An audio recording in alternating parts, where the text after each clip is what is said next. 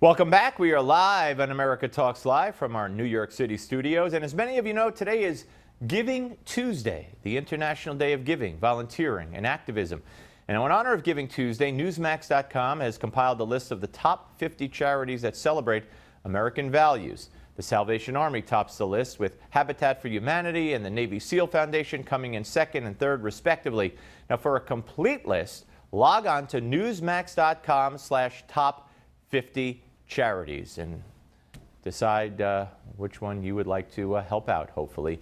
All right, folks, joining me now in studio, live, is the one and only Tom Borelli, Dr. Tom Borelli, Ph.D., contributor for Conservative Review. Good to see you, my friend. Good to see you. All right, so much to talk about, and so let's talk a little bit about what we heard from Tom DeLay.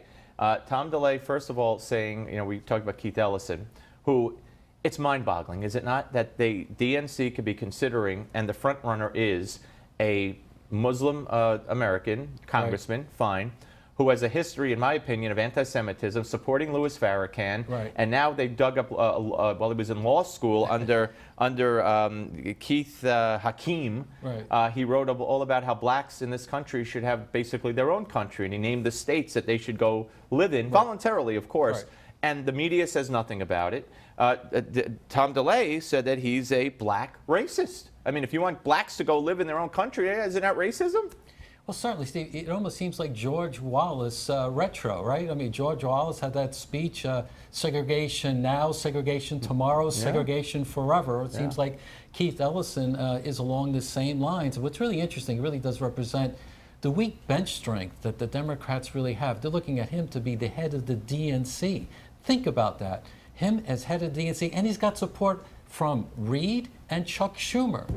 So Chuck Schumer, the liberal Democrat from New York, who happens to be Jewish, he wants to support, you know, a Muslim extremist who supports Louis Farrakhan as head of the DNC. How does that happen? Well, you can't make it up, and I am pushing hard for him to become the head of the DNC. Oh my goodness, to alienate so much of the base that still exists in the Democratic Party. He will represent the radical left wing, and only 22% of people now call themselves liberal or progressive, and more than half of them are not radical left wing, and he's going to alienate all the middle of the roaders, quote unquote, in that party.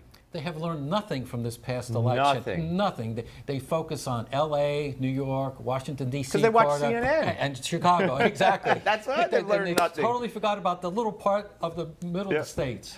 Interesting also, I'm no lawyer, and I trust what Tom DeLay said, and I believe him, and it's true. Congress can pass a law, on this Trump flag burning thing.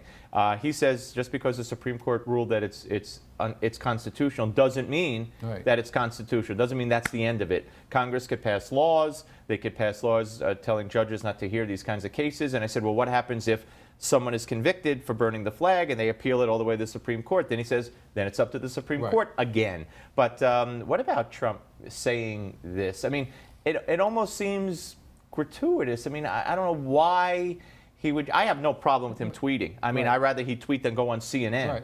But I don't understand why. And he reaches 17 million people on CNN. He'll reach 500,000. But I don't understand why now, in the midst of all he's doing, does he feel the need to weigh in on this issue? No, that's a good point. Obviously, there's the issue that what happened in Hampshire College, which has put it into the news cycle. And my solution to bad speech like flag burning is really shame the hell out of these people. It's an outrageous act to all the veterans who've lost their lives for our country. They should be shamed, like the New Hampshire College, right? You had all these veterans show up waving flags. Because they won't show the flag. The solution to bad speech is more speech. Yeah, no, that's a very good. Could I steal that one then? Yeah, go ahead. I'm writing it down in my hand right now. All right, 877 Newsmax, 877-639-7629. If you want to weigh in on the flag burning or anything else we're talking about, and we go to Cincinnati, Ohio, and talk to a veteran named Dill. Hello, Dill. How are you, sir? It's not Jill, it's Gerald. Dill. Well, it says Dill, D-I-L-L, so I apologize. But okay, all right. First, I'd like to recommend Carly Fiorina for head of the VA. I don't know why she's not getting any play there as working with Trump. Well, if he appoints Carly Fiorina and Mitt Romney, my head's going to spin around, but go ahead. And on the flag burning, I'm a Vietnam veteran, and as long as it's your flag and you're not endangering anybody else's property or life or anything like that, if it's your flag, you can do what you want with it. I don't see it as I understand it. I think that people have a right to do with their property, depending on what the property is. But the flag, you can burn it if you want. Well, you're a better man than I for having served, sir. So I appreciate and value your opinion. But let Tom weigh in. No, absolutely. I think, the flag burning is an outrageous act. But again, I think the solution to this is more speech. And look at Colin Kaepernick. I mean, I might have, if I was in San Francisco, I might have liked him and might have liked his jersey. Now that I know he's an idiot, I will stay away from him anytime I can. So I think that's a really, right. I like the ability of people to really express their stupidity. Bill, thank you very, very much. And Colin Kaepernick, the whole thing again with the dishonest media and the dishonest NFL, who enable.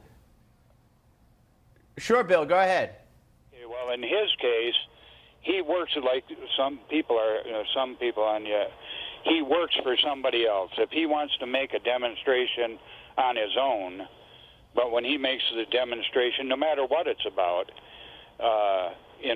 people aren't watching the show to see him make his. Well, you're making my point, Bill. I was going to say that the media and even the NFL says he has a constitutional right to do this. No, he doesn't. He has a constitutional right to do it in his backyard or outside of the stadium or during practice or something. But if the employer said, you're not going to do this wearing my uniform in front of my paying customers during my show, then he has no constitutional right to do it. They're letting him do it. So you're absolutely right. Yeah. You're absolutely right. Bill, God bless you. Thank you very, very much. I love your show, man. Thank you, Bill. Thank you very much. Appreciate that. Yeah, so it's crazy. And Kaepernick, he came to the press conference after being criticized for wearing a Castro T-shirt.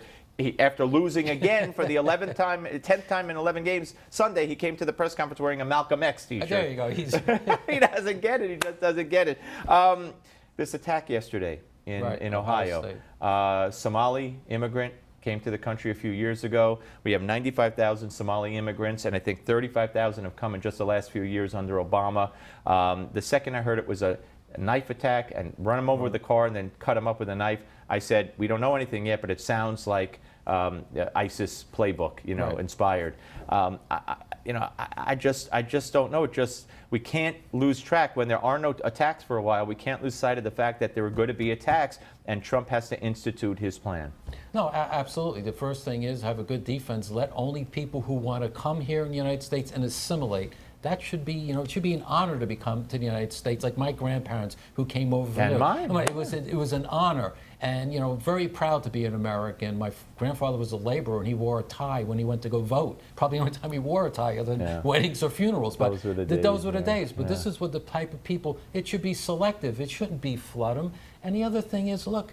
All out of this is in social media. Oh, absolutely. Hit something on his Facebook page, see something, say something. Yeah, we need a better way of screening. Good to see you, my friend. Always. Dr. Tom Borelli, ladies and gentlemen.